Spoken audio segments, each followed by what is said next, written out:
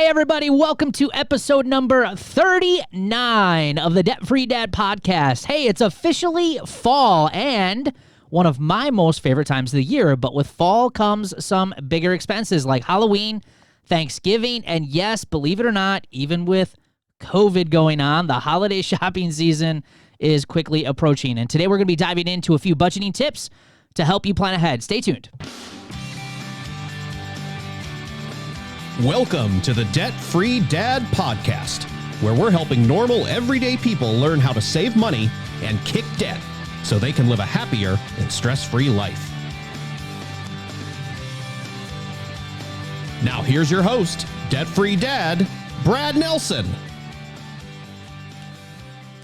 Hey, what is up, everyone? You can find me on Facebook, Pinterest, YouTube, and Instagram. Just search Brad Nelson, Debt Free Dad, and welcome to today's show. So, guys, it's crazy. We were actually just talking about this tonight as we're recording this. We're getting ready to record a couple of episodes, and we're on episode number 39. And at the same time, though, it feels like we just got started, and now we're going to be talking about fall. And even with the virus and stuff going, a lot of people have said, like, this is like the 40th month of the year already, or it feels like it's taking forever. I don't know. For me, man, it's gone really quick still.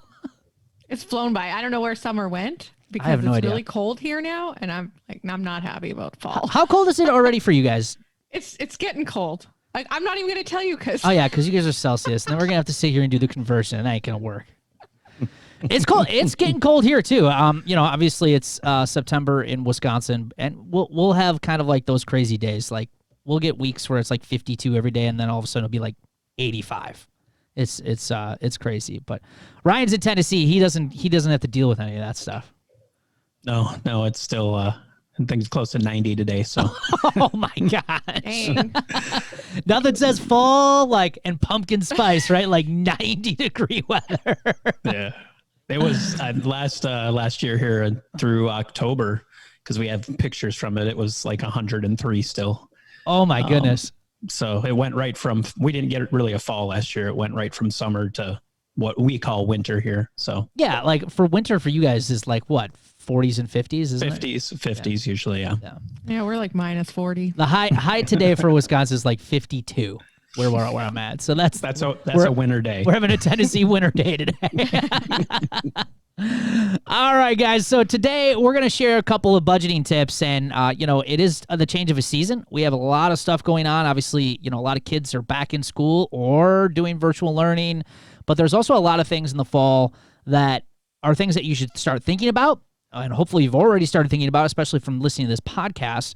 That way, it's not putting stress on your budget. And the first one, and I really kind of hate talking about this topic because I can't stand health insurance. Believe it or not, it drives me nuts every time I talk about it, look at it for our family. But the fall is a great opportunity just to kind of look at and review your health insurance policies.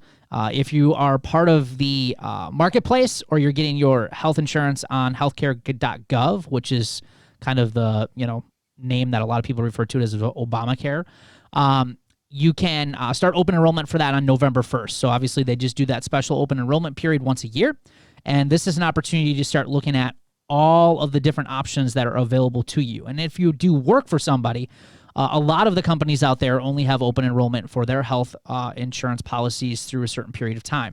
They'll obviously update their health insurance policies as well. So it gives you an opportunity to review what you currently have versus what some of those new options are. And the reason why I tell people to do this is when I do one-on-one coaching calls with people, it's amazing when we talk about health insurance, if that conversation comes up, how many people aren't real knowledgeable of exactly what their health insurance is even covering, what their deductibles are, and what they're going to be liable for, and all of those types of things. So as much as, and again, I hate talking about insurance. This is like the boringest topic I think you cover as a financial coach and talking with people about, but it is also just so needed when it comes to the conversation and making sure that you're protecting your income and you know exactly what your coverage is going to be in case something happens where you're going to need that insurance coverage. The other one I want to talk about is prepare for tax season. And Ryan and Amber and I, we have a little bit of different philosophy about this. So me personally, as a financial coach, I personally recommend that you have a professional do your taxes. And the reason why I recommend it is just, if you've seen the tax code, I mean, it's a lot of pages. There's a lot of stuff there, and especially because things change year after year. So I think personally it's worth the investment. And for, a normal, typical person, you're not talking about a huge major expense. And if that accountant or that CPA can save you thousands of dollars over the years of doing your taxes, maybe they're able to find different tax breaks that you aren't able to find. Me personally, I think it's worth it. Now, I also think it's worth it because my wife and I run our own businesses. We have probably a lot more of a complicated situation than the typical individual does. So for us, it's an absolute necessity for us to be able to have a professional go through and do our taxes. But you guys feel differently. So what are your guys' thoughts on this? I personally do my own, and I run my own business. But I did go through business school and stuff like that. So I learned a lot, and I just keep up to date on stuff, and I feel like I'm comfortable doing my own taxes. So she does not listen to me. My wife was self-employed at one time, 1099. She worked in real estate. So when she was doing that, it was a lot more complicated. So we did have someone do our taxes for us because it was a little overwhelming for us to handle. When she left that and went to just a normal W-2 position, and we both worked that, we don't really have any debt. We don't really have a lot of write-offs. We do our own taxes now because it usually takes us, once we get all the different pieces that we need, I mean, within 30 minutes to an hour, I'm done. I mean, there's just not much to do.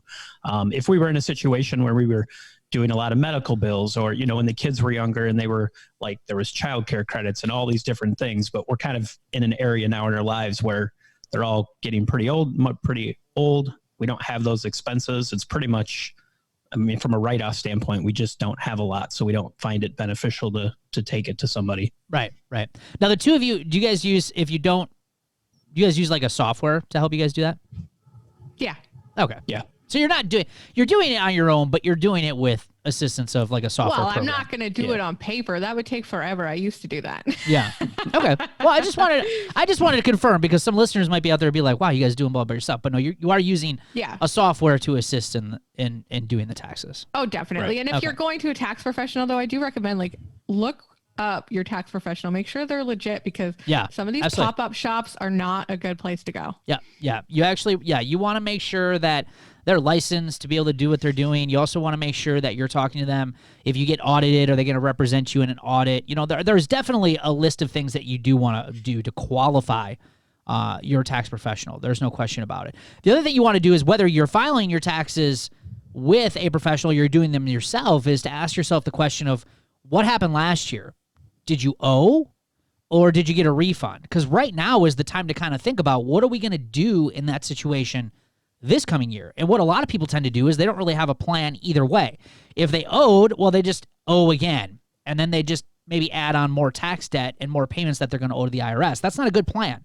We want to get out of that situation. So how can we help fix that? And again, if you're seeing that you're always owing, this might be a good option for you to seek out and work with a tax professional to help you figure out what's going on. The other thing is if you're getting a huge return or a sizable return every year, this is another opportunity to look at and say, okay, are we making the most of our income throughout the year? Listen, if you're living paycheck to paycheck month after month, but yet one time a year you're getting like a 3, 4, 5, 6, 7, I've even seen people getting over $10,000 in refunds, maybe you need to work with a tax professional to figure out how you can spread that money around throughout the year, as opposed to just getting one giant lump sum every single year, one time a year. And then you're kind of wondering, well, what do we even do with that money?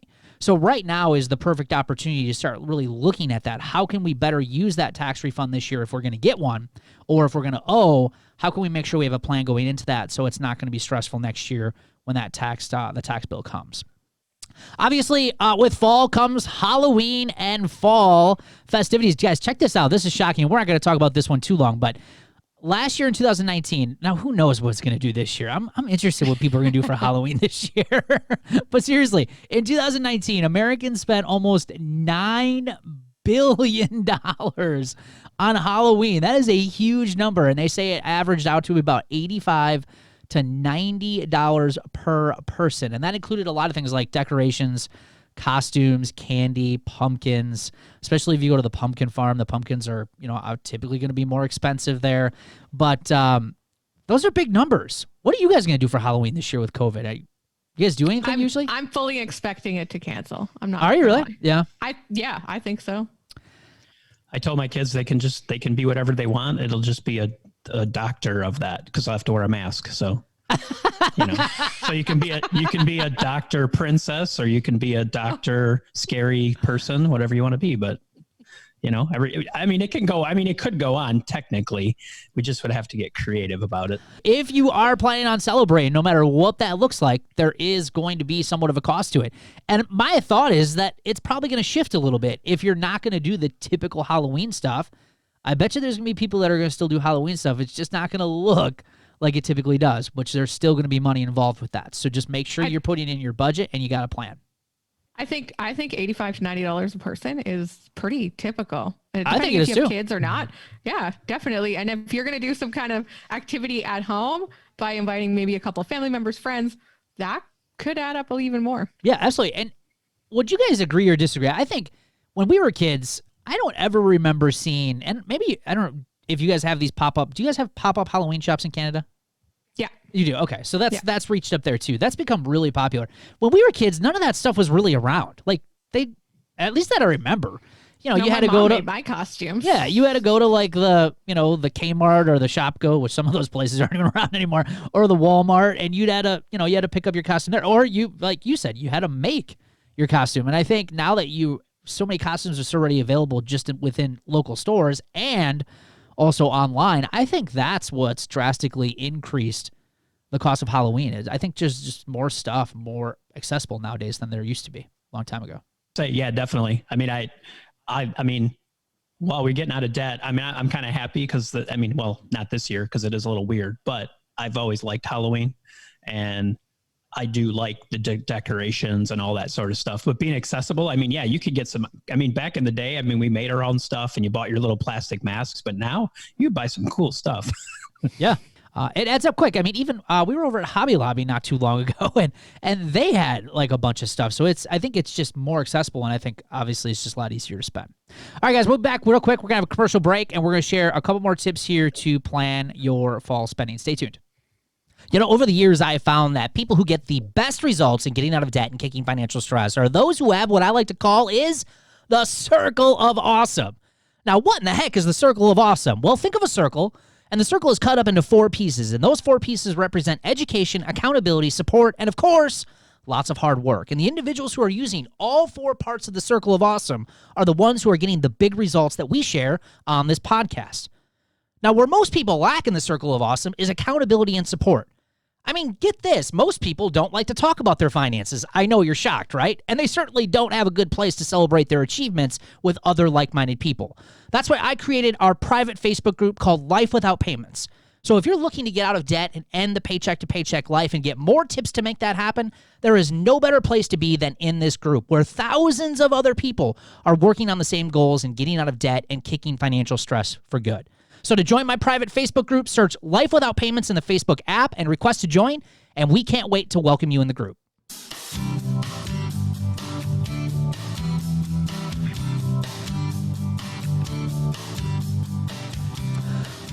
Hey guys, welcome back to the show. Today we are talking about fall budgeting and planning tips for your finances. The next one is my favorite holiday of the year, which is Thanksgiving. But guys, these numbers shock me a little bit, and I think these numbers are low based on statistics and based on what we do. And Amber, we've shared these numbers before at one point, and I think we all agreed that they were low too. But check this out. These are some numbers from the supermarketnews.com and the American Farm Bureau Federation and their 34th annual survey of the holidays dinner table items. All right, this is official, right? The AFBF pegged the average cost of a classic Thanksgiving turkey dinner for 10, mind you, $48.91 or less than $5 a person. I think that's just way too low. Compared to the average, and these are 2019 numbers, mind you, compared with the average of 2018, it was $48.90. So we're about a penny different than 1 year over the other. For the 2019 AFBF survey, 250 plus volunteer shoppers checked prices at grocery stores in 38 states. Participating shoppers sought the best possible prices without using special promotional coupons or purchase deals, which makes this even more crazy that it's this cheap. But AFBF said on the Thanksgiving shopping list to feed 10 people with leftovers were turkey, stuffing, sweet potatoes, rolls with butter, mind you, peas, cranberries, a veggie tray, a pumpkin pie, and whipped cream and coffee and milk. $48. That sounds like a challenge. I want to go and try and make that happen. Come on. There's no. I don't think I could do it. How, like, I can't even fathom that. Like, how can you do a 10-person meal for $48.90? I mean, the turkey alone is typically, probably $15 to $20 would be my guess, And we get more, and we probably pay a little bit more because ours is like a fresh turkey. It's never frozen. But there's some months or some years, and my wife gets these giant turkeys all the time, and the turkey itself is like $40. I could not do it. Yeah. But I love to cook and I love Thanksgiving. So I think that's more of a challenge for me is, when you say stuffing, I mean, I don't buy the instant stuffing, right. for the couple dollars a bag. So if we're so it's just, so I don't look at that. I mean, I think if you were to do a very, very, very basic meal with what they said, it might be possible. Yeah, it could be. I agree with Amber. Let's do that. We'll do that this Thanksgiving. The challenge. So you can have the cheapest Thanksgiving. But seriously, I mean, they say 48. I would just recommend it. If you're budgeting for Thanksgiving and you're probably listening to this, you're like, I'm going to spend way more than that. The point is that have a plan for Thanksgiving because it can get costly, especially in our house because it's the holiday that we do here. And it's usually a couple $100 that we budget just to have the meal itself. So make sure you have a budget for that. Next one up is Christmas. And if you haven't started planning for Christmas, we did a whole episode on this podcast way back in July. Talk about way back, it's like 2 months ago. And it was 5 tips to help you take holiday stress off of your finances in July. But those tips are still going to be applicable here in September if you're still waiting to get ready for Christmas. But here are just some numbers from Investopedia.com. Nearly every year since 2008, the amount of money that American consumers spend on holiday gifts has been increasing over the previous year. For 2019, industry experts expect the average American to spend this is last year, mind you, $942 per person on holiday gifts, up from $885 in 2018, and reaching a total of more than $1 trillion. Wow, that's a lot of money in holiday spending. Over the past decade, obviously, e-commerce has captured an increasing swath of the holiday spending market share as well, with many buying their toys, electronics, and jewelries online. So, again, it's just have a plan. If the average, I'm guessing this year is probably going to be right about the same. Might go down a little bit with COVID. I don't know what people's, it'd be interesting. I wonder if people's buying patterns are going to change this year just with everything that's going on. But even if it doesn't, I'll be seeing less people. So I wouldn't have the extra little gifts that I might buy for somebody that I'm not going to see them. I'm not going to buy it for them. Right. That's what I'm saying. Like all of those little things that add up, it's the death by 1,000 cuts, right? It's all those little things that you may not spend on this year that might help the budget out a little bit. But it still goes to say that, you've got to have a plan for Christmas and the holidays. It's just got to happen. There's just way too many people that I talk to, even some of our Roots members, that rely on credit cards to get through the holidays. And that habit's got to change if you want to get out of debt. My 3 kids listen to this show, so if they think they're getting $942 a piece, dream on. Because we ain't normal. We budget about $1,000, but that's like for everything though. That's like not just for our family. Like my wife's got a pretty big family. We give gifts over there. So I mean, that's like everything. But so I mean, seeing that $942 number doesn't surprise me just based on our own personal experience. But it's a good chunk of change, especially with the year that we've had now's the time to start planning on what you're going to do and making the decisions of saying no now. Like, these are the things that we are going to commit to because we have cash to pay for these items. And then just some last tips. Right now, obviously, end of September, as you're listening to this, take advantage of the end of summer sales. And only if you've got cash to do it, though. That's my deal with you. If you're using credit cards, I don't recommend taking advantage of any of those sales because you don't need the stuff. But get in the habit of doing your shopping when it's the off season, and you'll save yourself a tremendous amount of money. Things like, you think about like things like decorations, even like school supplies, you know, whether your kids went to school or not, a lot of those like school supplies are still going to be on the shelf, a lot of leftovers. Pick up some of those things for next year. Think about things like summer clothes, even things like landscaping. Like if you're getting ready to do any sort of landscaping, I know like up here in Wisconsin, a lot of like the bushes and the perennials and a lot of that stuff, they put on major sales this time of year, but you can still plant them and get them in the ground before the ground freezes. So, I mean, but you can save a tremendous amount of money on a lot of that stuff.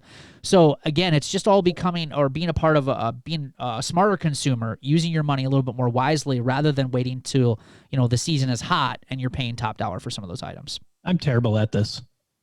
I don't know how you all are. I mean, I am. Every year, like around Christmas, I always say like, I'm going to go right after Christmas and buy a bunch of stuff because it's so cheap. And then Christmas is over and I'm just so sick of Christmas that I'm like, I don't even want to see it. And then like the next year, I'm like, oh, I should have went and bought it. I do it to myself every year. Like I should take advantage. But when I'm in like spring mode, same thing, like you said, landscaping stuff. I mean, there's something about spring that makes me want to go do that. But in the fall, when I've done it all summer, like, I don't want to deal with it. So it's a good reminder to do that because you can save a ton of money. How much do you think marketing plays into that though? I mean, big. I guarantee you that's huge. You know, spring's coming, you hear all the commercials, whether it's for the thing that you want or not. Summer, winter, Christmas. I mean, I think marketing plays a huge, because you're right. I feel the same way. I mean, and no way are we perfect with this. There's no question about it. But we have gotten better about it over the years. Especially when, you know, you're living paycheck to paycheck. We had to be more selective about when we were buying things. Now that we're, you know, debt free, you know, we've got more flexibility in our income than we used to.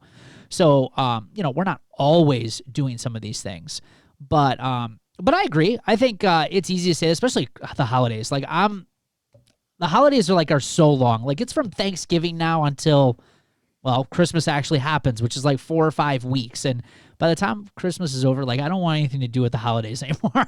I certainly don't. Try being in Canada. Thanksgiving ends in October. Now we start Christmas right then and there. Oh, that's even seriously. Do they start it like right afterwards? Oh gosh, yeah. The Christmas trees are up in the stores. Everything. Oh yeah.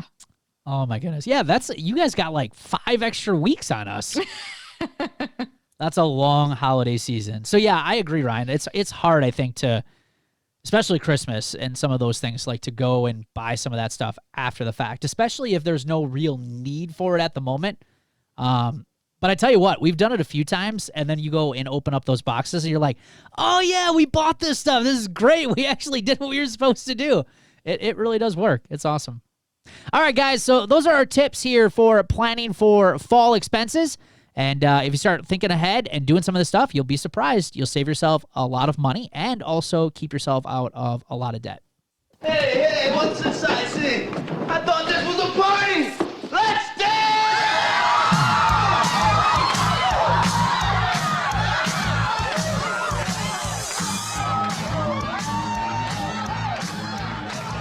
All right. That sound means it's time for the celebrations of the show. And today we're going to be kicking it off with Shannon Liardi. Shannon says, this week I paid off $1,550 towards debt, refunded the timeshare rent money I received because of COVID. The person will not be traveling, used my debit card instead of a credit card at the grocery store, which is a big win for me, she says. That's awesome. Way to go, Shannon. Kelsey Evie just put $450 towards a loan, only $400 left on it. So I plan to pay that off in 2 weeks. Awesome. Way to go, Kelsey. Judy McCord, instead of renting a car for $120 plus gas, I'm taking the train for $37. Yeah, we talked about this on the live meetup because these are people who are en routes and they're doing their celebrations. I always forget about the train. Have you guys ever taken a train anywhere? I have not. Do you guys have Train? We have trains in Canada. Yeah. You always take it that way, and that's not what I mean. I know you have trains, but do you have like a local, like, because we literally have a train station that's 15 minutes from our house, and I always forget it's there, and that train station literally can connect you to anywhere. Oh yeah, I could walk to the train station. Okay. All right. Well, I didn't know. Jacqueline McCubbin just made a final payment and paid off $1,600 in debt. That's huge. Way to go. Deb Westphal paid credit card off in full, $728.32, added $130 to her emergency fund, stopped sending the teen daughters grocery shopping with her debit card. Good idea. That's huge. Way to go, a lot Deb. of Fruity Pebbles right there. That's what it would be in my house if I sent them. Shelly Caldwell, working on my September budget and declined to travel to an impromptu family gathering out of town, which I would have had to finance via credit card. That's awesome. Such a huge celebration to say no. It's probably one of the most difficult things to learn how to do in taking control of your money is learning to say no to yourself and learning to say no to other people. And that's awesome, Shelly. So, hey, thanks for hanging out with us here today. We love your feedback, and it also helps us grow our YouTube show. So please give us a like or leave us some honest feedback here. We would love to connect with you. And if you want the latest from the show, be sure to hit that notification bell and subscribe to our channel. And oh, by the way, if you heard that commercial about our Life Without Payments free course, you can head over and find that at therealdebtfreedad.com. Just click on tools and courses, and you'll have access to all of our free tools right there. We'll see you guys on an upcoming show.